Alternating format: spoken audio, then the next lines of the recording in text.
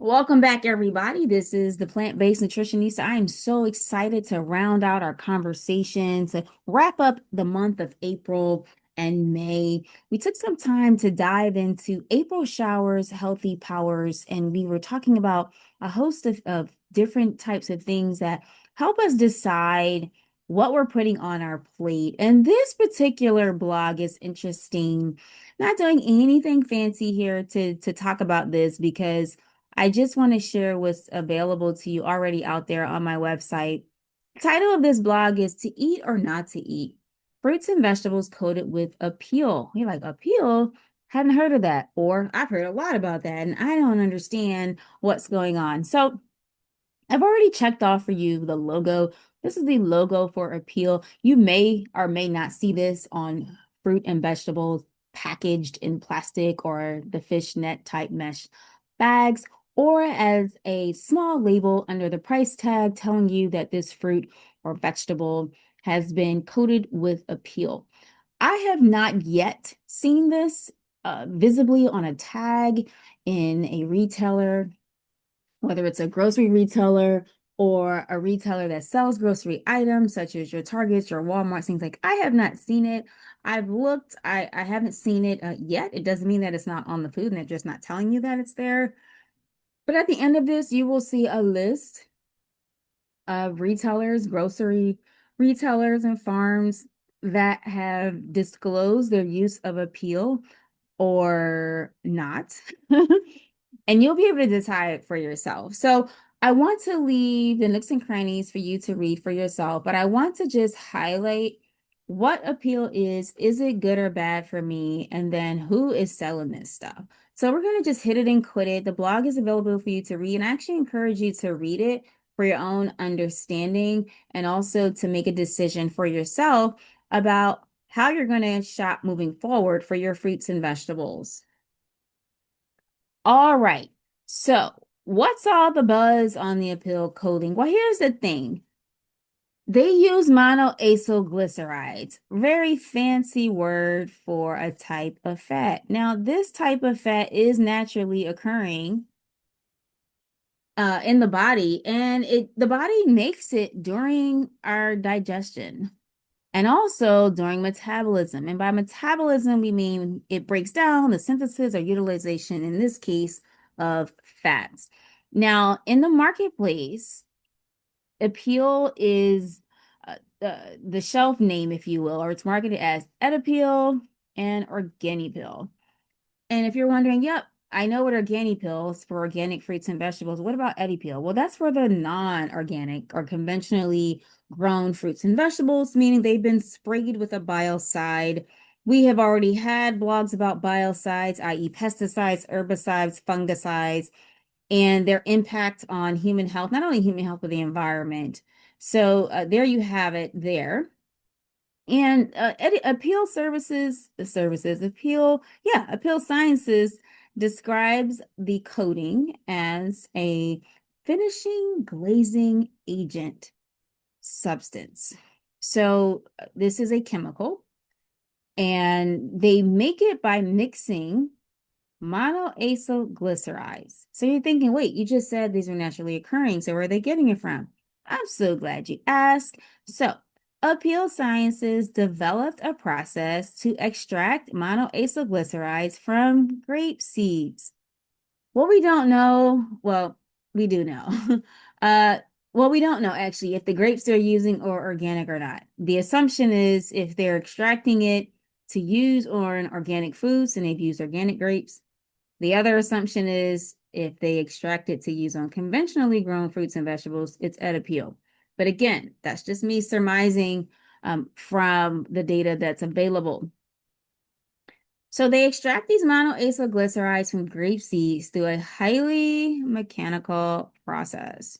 I want you to think ultra processed food, all right? We know that ultra processed foods are not good for us. So, when the monoacylglycerides are extracted and how it's used now in most food products is it acts as an emulsifier. It can behave or act in a couple different ways. So, if it's being used as an emulsifier, it can make foods smoother or creamier. So I want you to think ice cream. If it's being used to keep oil and water together, then I want you to think salad dressing. So it can act in a way to prevent oil and water from separating. And in the case of this article, we're talking about it being used as a barrier. They're going to use the monoacylglycerides as a barrier to extend shelf life, which is another way of saying they want to reduce the breakdown of food or spoiling of food. So I want you to think preservatives. So these are basically additives to the food. So I probably should have left the page where it was. Apparently, you can't scroll like that. Okay. All right. So the monoacylglyceride, I'm going to go ahead and erase all this, is attached, is applied to the coating of the fruit or vegetable. There we go.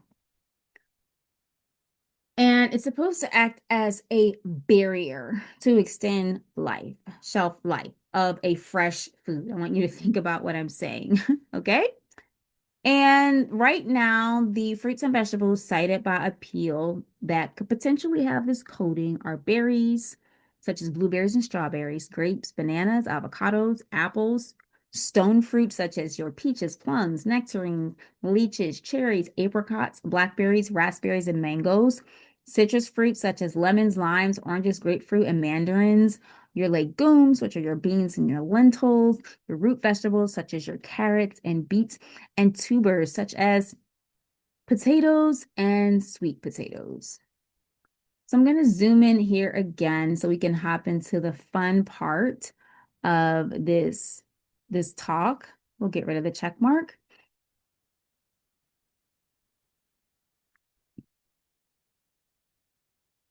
I'm going to bring this down just a little bit. So I want to point out that Apeel Sciences reports that if the average person, and I want y'all to see this, if the average person eats fruit and vegetables coated with the finishing agent, regardless of which one it is, I am like really trying to write on the screen, guys. Have fun with me here today. If the average person eats it, they estimate that the average person will ingest between 109 milligrams a day to 218 milligrams a day. Now, this assumption is based on what they're saying is a lifetime consumption. If you ate this much Apeel every day, they're saying this is generally recognized as safe.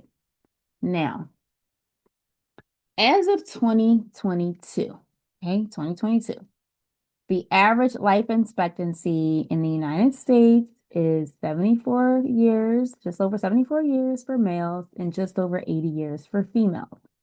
So I want you to do the math. Think about it.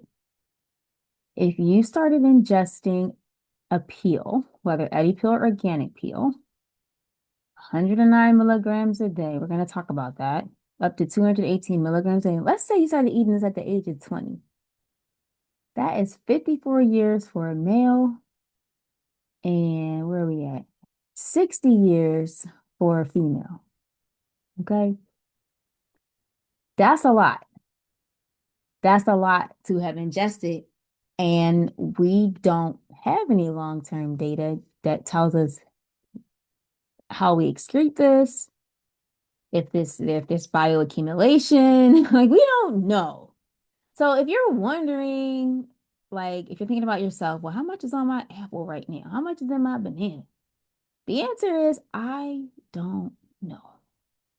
It is not clear from the data provided by Apeel Sciences in their FDA generally recognized as safe application how much a consumer can find on their specific piece of fruit or their vegetable, as an example. Okay. And you'll probably be like, okay, Ethel, thanks for the science, but hey, is this good or bad for me?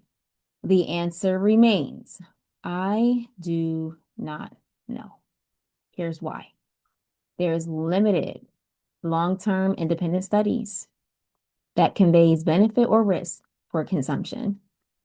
The longest their study has been done is 12 months or less, somewhere like 3 months. And they looked at it in rats and dogs. That's important because some people feed their animals fruits and vegetables. They also looked at it in some human clinical trials, but it's not enough to make me comfortable as a clinician. There is no data on migration or nutrient impact. So when this coating is applied to edible peels, which contain a lot of nutrients, such as the healthy fibers and other things that are not necessarily in the flesh of the fruit or vegetable that many of us rely on getting from the edible peels of it, there's no migration data. There also like that tells me, does this coating go through the edible peel of my apple or my sweet potato or whatever? We don't know. Does it play at a biochemical level that we are unable to test or didn't test and changes the nutrient composition of what I'm eating? We don't know. And we don't know the impact over a lifetime. Here's the other thing. Well, I don't know if it's good or bad for you, is the highly processed nature. This is basically a chemical made in a lab, extracted from a piece of fruit, but then, in my opinion, it becomes highly processed, and we know highly processed foods are not healthy for is not a benefit to human health. All right. So that's the other reason around that. And I'm going to read to you exactly what they say in their application. The mixture of monoacylglycerides derived from grapeseed is prepared by extruding the grapeseed by mechanical pressing, followed by processing of the grapeseed oil to generate monoacylglycerides containing exclusively the same naturally occurring fatty acids in the grapeseed oil as in their saturated forms. Right? Just let that sink in for a minute. Like there's just a lot we don't know. And I'm erasing so we can move on. There's just a lot we don't know about this. And recall, I want you to recall that processed and ultra processed foods are pro-inflammatory. And we know that pro-inflammatory foods are the underlying cause of chronic diseases such as cancers, heart disease, diabetes, weight gain, obesity, and gut and brain health concerns, right? So I'm not sure that taking an anti-inflammatory food and coating it with a pro-inflammatory substance adds benefit to my health in the long or in the short term. Let's move on. And remember, we're still on the, is this good for me? And we say, I don't know.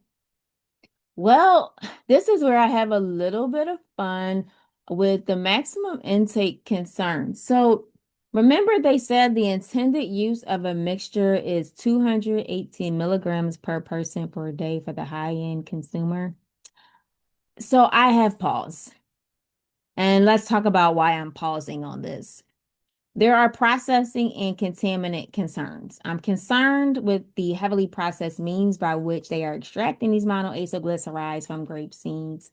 I am concerned about the heavy metals that consumers can be exposed to, such as arsenic, lead, cadmium, and mercury throughout this process, and the subsequent heating and or solvent-based processes to remove impurities from the finished processing agent coating that then subsequently gets applied to fruits and vegetables. I know that was a lot. So, in other words, I'm concerned. They argue, oh, it's no different than what's naturally there. When you start putting things on metal machines, you start introducing things that wouldn't normally be there in the natural way that we grow fruits and vegetables. Here's the other reason I have paused. They have outdated data for produce intake estimates. So remember, they were estimating 218 milligrams per person per day. Well, I did some digging. It seemed to be based on the 2003-2004 National Health and Nutrition Examination Survey. We say NHANES. estimates of daily fruit and vegetable consumption in the United States. Now, they used a 2009 publication that actually analyzed the 2003, 2004 data. Uh, uh, but what I noticed is that raw data from more recent years were available for analysis given the time frame of Apeel's research and development and also when they received funding. Their funding came in 2012 and 2015 from the Bill and Melinda Gates Foundation. So I looked at that and then I looked at the NHANES survey and how often data is available because sometimes there is some limitations with when data is available. And given the amount of funding they receive, one would assume that there was a biostatistician on staff who would have been able to take the raw data available from NHANES every 2 years, beginning 1999 and 2000. So this suggests that more relevant data on adolescent and adult fruit and vegetable consumption in the United States would have been available closer to circa 2010, circa 2014. And that is where I have paused because the assumption of a toxicology safety claim is being made on outdated data. I think there is also an underestimation of actual consumption. The process finishing agent is believed, again, to have this maximum consumption of 218 milligrams per person per day. Okay, we don't think in those terms. So I was like, all right, let's just put this in pounds because most of us buy fruits and vegetables in pounds. Well, 218 milligrams per person per day is less than a pound, right, of fruits and vegetables. This is another significant point of pause. And it's another significant point of pause because most people eat more than a pound of fruit or vegetables a day. Like at least a half a pound, right? If you even ate a half a pound of apples or something like that, you definitely are eating more than 0.0004806 pounds of fruits and vegetables. This is why I have paused. So I just did a little bit of a dimensional analysis, i.e. math, and I realized that the average person easily eats a generous handful of grapes. I don't know anybody who sits down and eats 2 or 3 grapes and walks away. So most people will eat a cup of grapes. That's about a nice, generous handful. But here's what we know. We know that 2.5 cups of grapes is about 1 pound.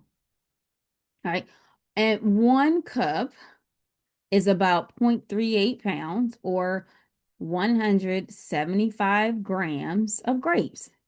This means that the average person could easily consume more than the maximum exposure limit assumed by Apeel's generally recognized as safe classification in just one serving.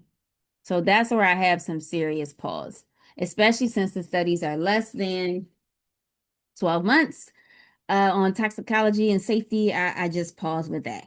All right, so let's make this more practical. The average American often eats more than 1 cup of grapes or fruit. It doesn't have to be grapes, just a piece of fruit a day.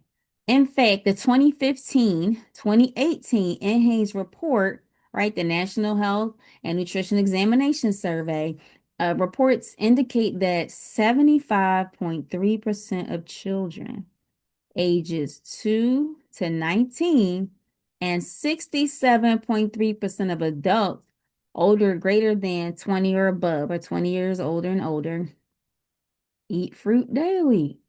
That's huge.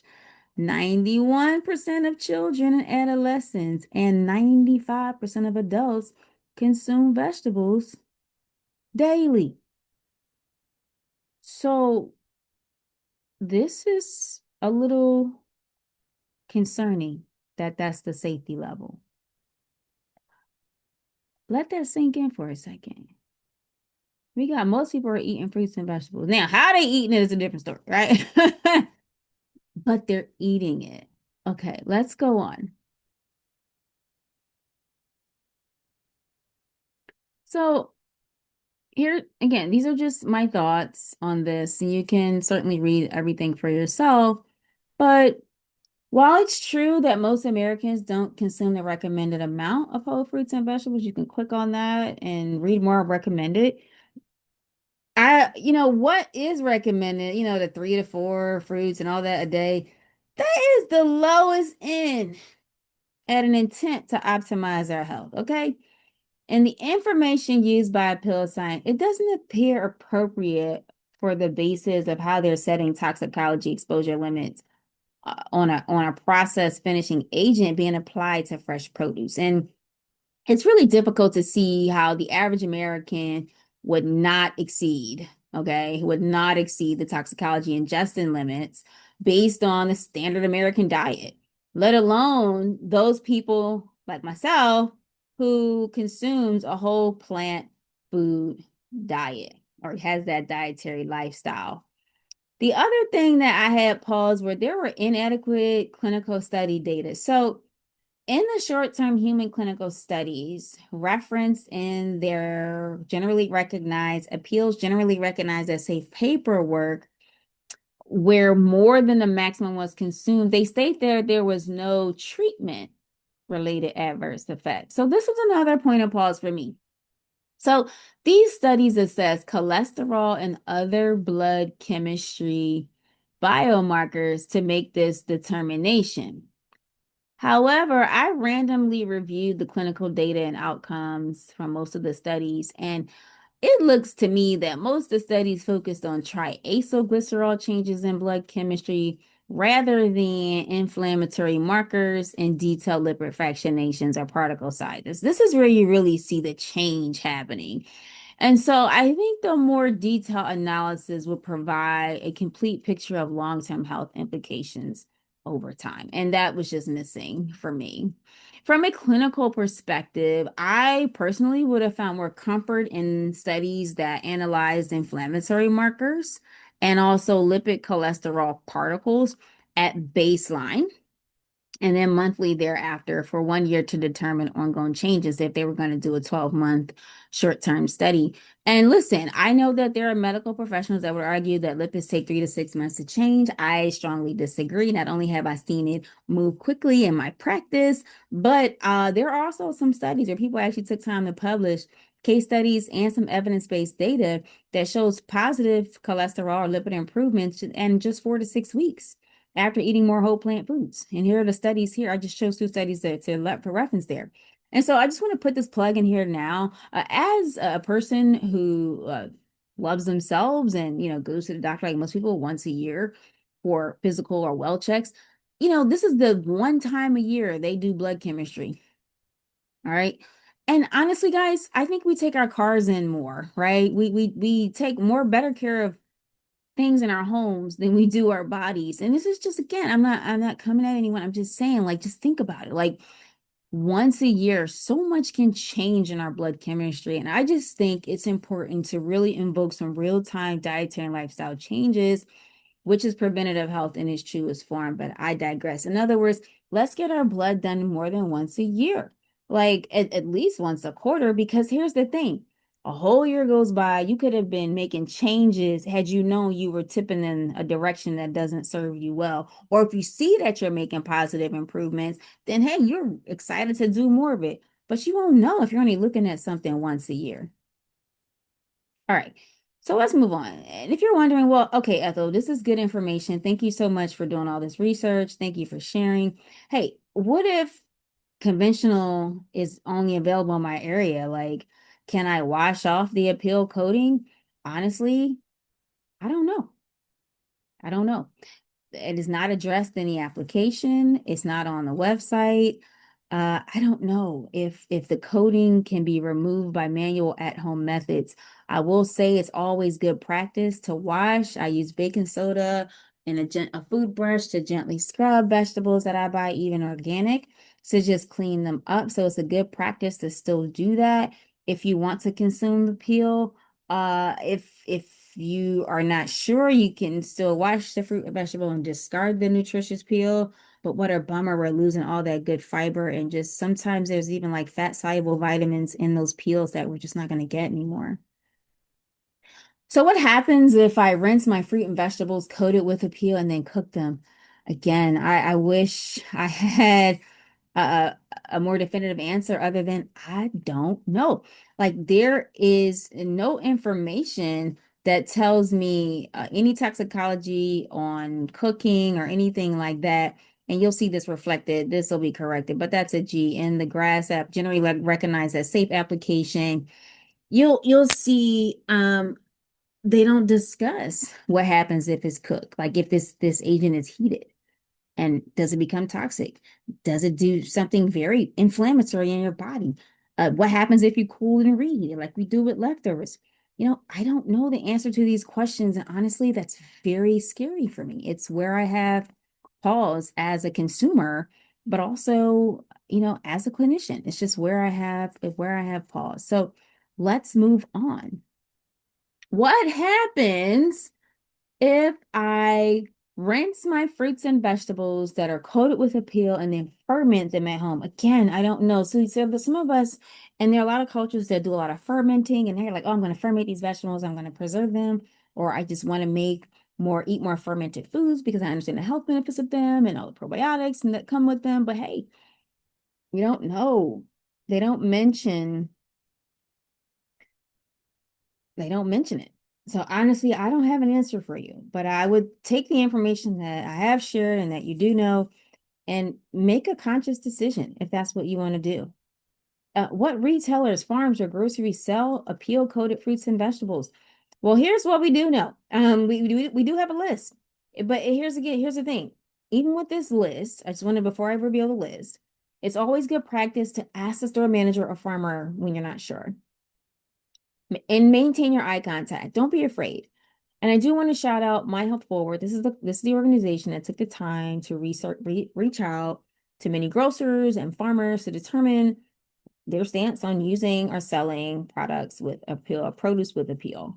And this table is as of September the 14th. Wow, I gotta get better with the little annotation here. September 14th, there you go. And we're gonna look at table one together, but I'm just gonna highlight it. I'm not gonna go over it in detail because you can look at that on your own. All right. But here's the summary. Here's the takeaway that I want you all to just consider. I want you to consider this. At the end of the day, seed oils, I don't care what kind of oil it is, seed oils, including grapeseed oil, are pro-inflammatory, which means they are pro-constricting. Another way of saying tightening, right? Squeezing your arteries in your veins. Yes, which can lead to higher blood pressure readings, higher cholesterol values, and other cardiac related events.